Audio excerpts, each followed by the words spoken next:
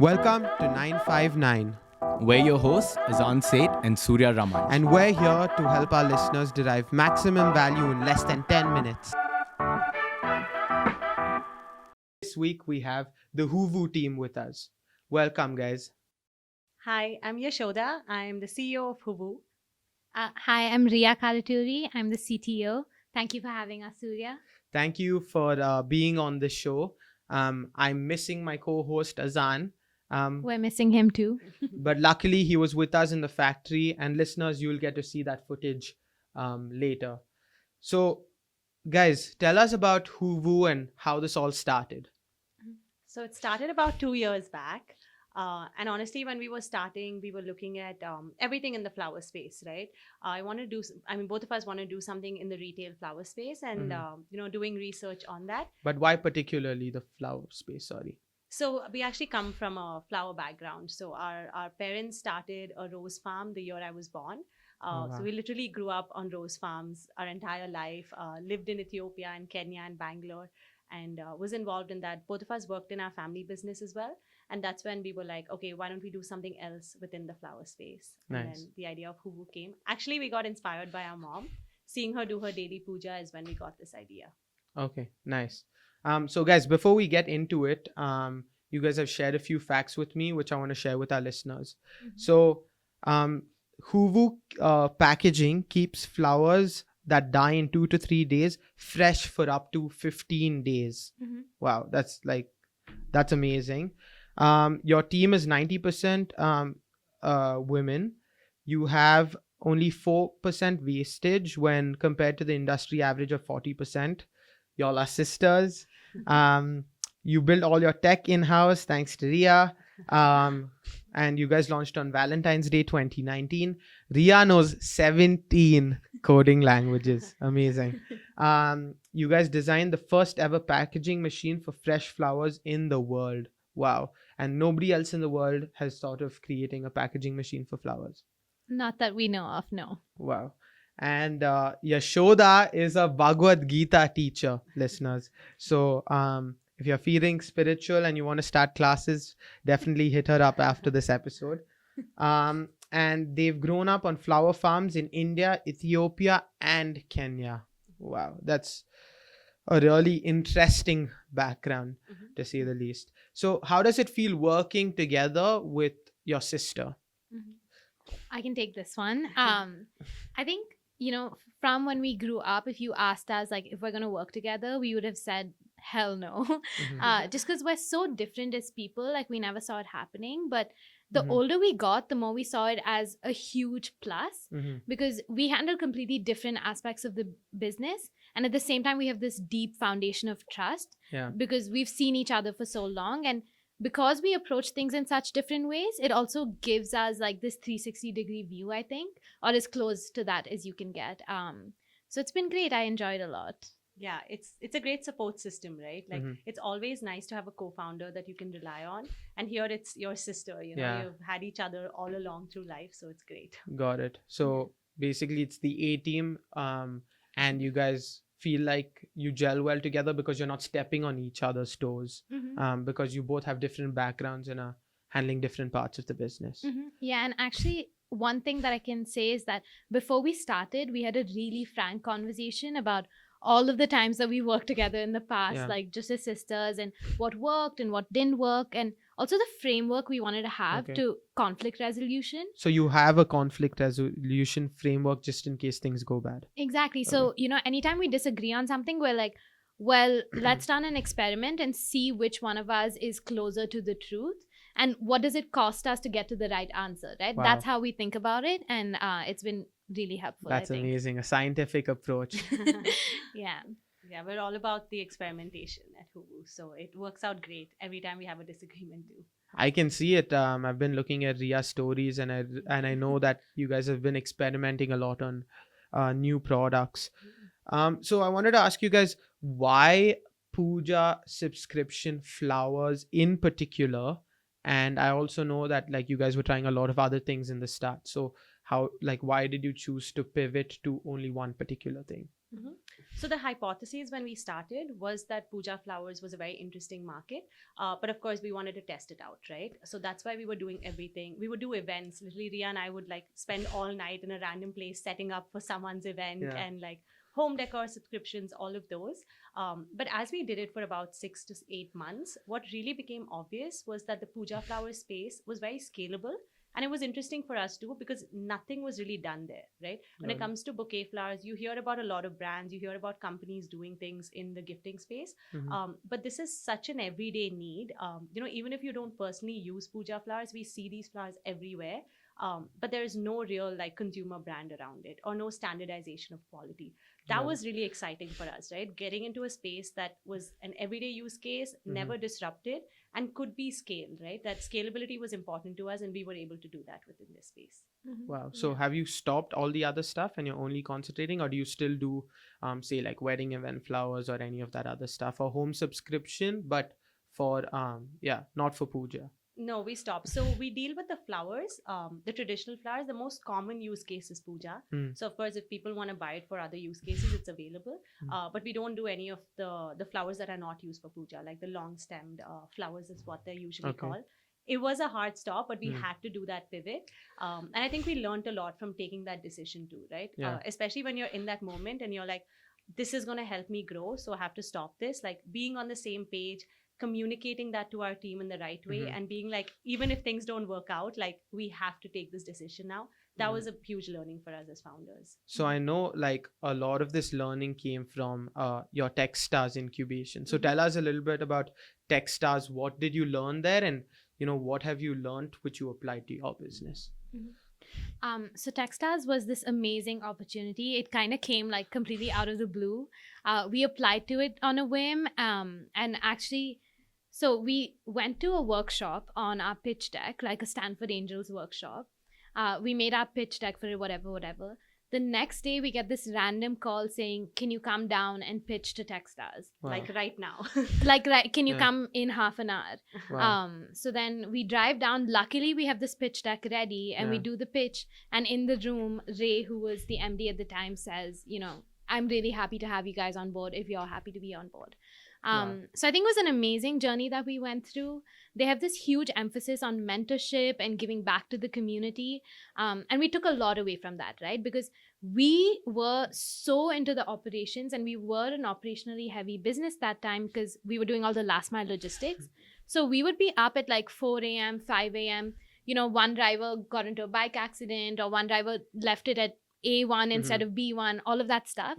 And Techstars forced us to just step back, especially that 1 year mark, which is where we were at, and say, where do you want to go and what do you have to do differently to get there? Wow. And gave us all these amazing resources to like have these wonderful conversations. I don't think we would be where we are today if we hadn't gone through Techstars at that time. Yeah, absolutely. So you guys basically decided to like take a step back, look at all your SKUs, pick one which was the most scalable, and then concentrate on just that. So we were doing puja flowers completely at that time when we started Techstars, but we were so lucky to have a team who could just kind of take over while we were in all of these mentorship workshops and all of that. But B, what it really helped us think about is that B2B pivot. So we were doing all of our own deliveries, we were running our own subscriptions. But through Techstars, we had this conversation. We were like, hey, we have this packaging that extends the shelf life for like 15, 30 days. What are we doing still doing our own deliveries? Like we should be doing it through vendors. And how to market that, how to communicate that to customers, all of that kind of so came basically Techstars. like exiting last mile logistics and giving it to other players really helped you concentrate on just packaging the flowers and scaling up. And more than just like exiting, right? It helped us take a step back and say, what are our strengths? And our strength was the product, right? And if the product is really good, how do you get that product to customers in the best way possible and as many ways as possible? And that would, we could keep doing our deliveries, but you would only reach certain customers through our website. And we still do website deliveries, but when we're available on different platforms, like say a Big Basket or a Fresh to Home or others, suddenly the product is very accessible. So the customer what we realized as customers, it's not like they wouldn't buy our product because they didn't like it. They didn't know where to get it, or they didn't Okay. have exposure to it, right? Got it. So when we were available on all these different platforms, then they could at least try out the product and see for themselves whether it worked. Like or they were not. already ordering, for example, Amazon Fresh to Home daily and stuff. Mhm. And so now Hoovoo was just another thing they had to add to their baskets. Exactly. Mhm. So it made Yeah. it very convenient for them. Yeah, Got and it. I think for us, subscription was one distribution channel, Mhm. but we were so married to it at that point until we stepped back and said, it's just a distribution channel, Mhm. and there are like 10 more available to us. Mhm. And that's been kind of our vision for the past year, and even this coming up Mhm. year. How do we go pan India using as many of the appropriate distribution channels as Mhm. possible? Because now we have a killer product, let's get it out there. Wow. So how many cities are you in now? So we're in Gurgaon, Noida, Hyderabad, of course, Bangalore, Shimoga, and Mangalore, and recently launched in Coimbatore. Wow. So cities. 7 cities. Yes. And last year, this time, how many cities were you in? Bangalore. Yeah. Wow, guys. So that's what I call hyper scaling. Thank you. 7 cities and 6 new cities in 1 year. That's amazing. And so this was all during COVID. So how did COVID affect your business? And what did you do to face those challenges, Mhm. or just deal with new circumstances? Mhm. Interestingly, we grew the most during COVID. Wow. There was a huge spike in demand, just given the situation. Yeah. People wanted a trusted brand, and a lot of the markets and stuff that they were buying from before were no longer available. Okay. So we saw a huge demand coming in, which was great. A huge learning for us was scaling to kind of meet that demand.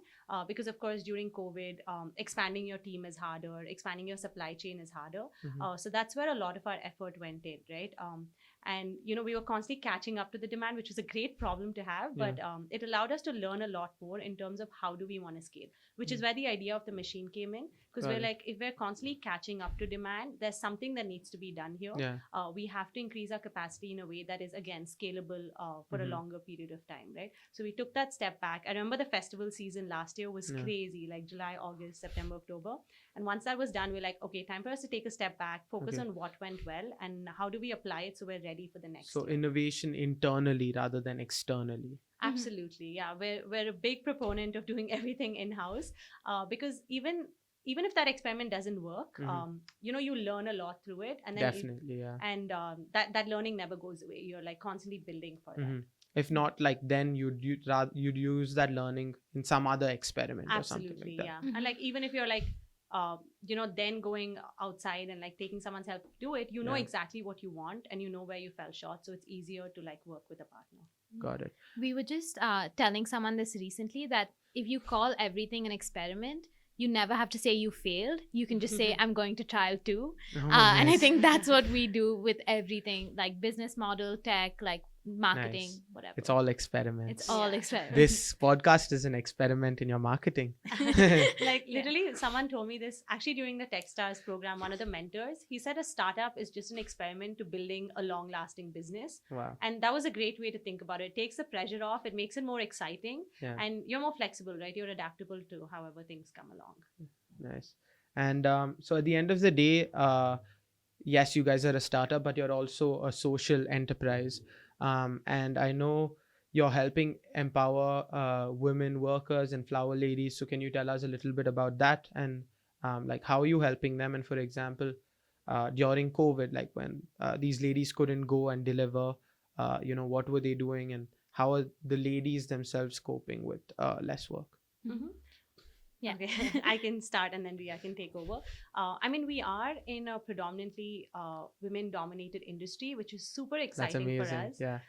And like even when we think about farmers and everything, we always think about men. But when you actually see most of the workforce on farms, and of course the market ladies, all of them are women. It's just that they're not getting enough recognition as the drivers in this entire supply chain.